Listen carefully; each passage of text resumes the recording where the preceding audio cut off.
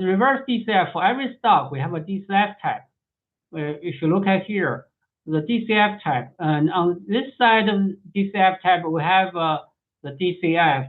On this side, it's the reverse DCF model.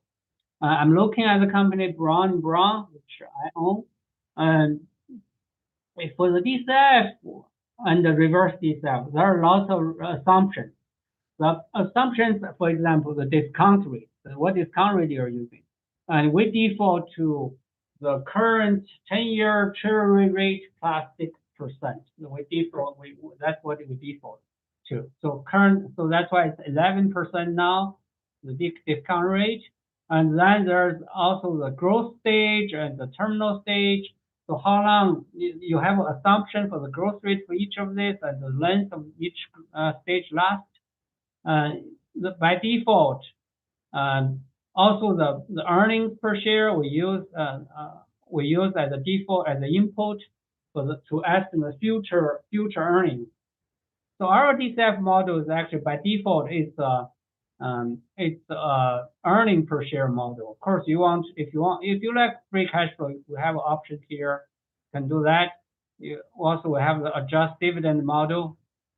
But I personally like this earning per share model, and with Brown & Brown, seems like it's saying that the stock is fair valued in DCF model, and that the reverse DCF model, you can see that we give here.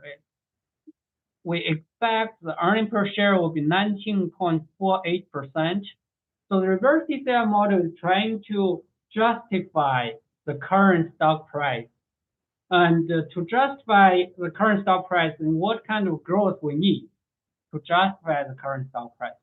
So with Brown & Brown, we found that with all these assumptions, the future growth needs to be 19.48% per year in the next 10 years, average. And we found that the earning per share average for Brown & Brown was 22.2% over last 10 years. So the expected growth is smaller than the past growth. So that's why we think it's most likely it can be achieved. So that's why we said it can be it's achievable. But it is based on a lot of assumptions. Assumptions, first of all, the business has to be predictable and consistent in the future. And second is that the future growth is similar to the past growth. And the discount rate, if you change it a little bit, it will affect the valuation dramatically. So it depends on future interest rate, which we don't know. It's also assumption. Future growth stage, we don't know. How long it will last, we don't know. So the DCF model, both DCF model and the reverse DCF model have lots of assumptions. And that's what you need to be aware.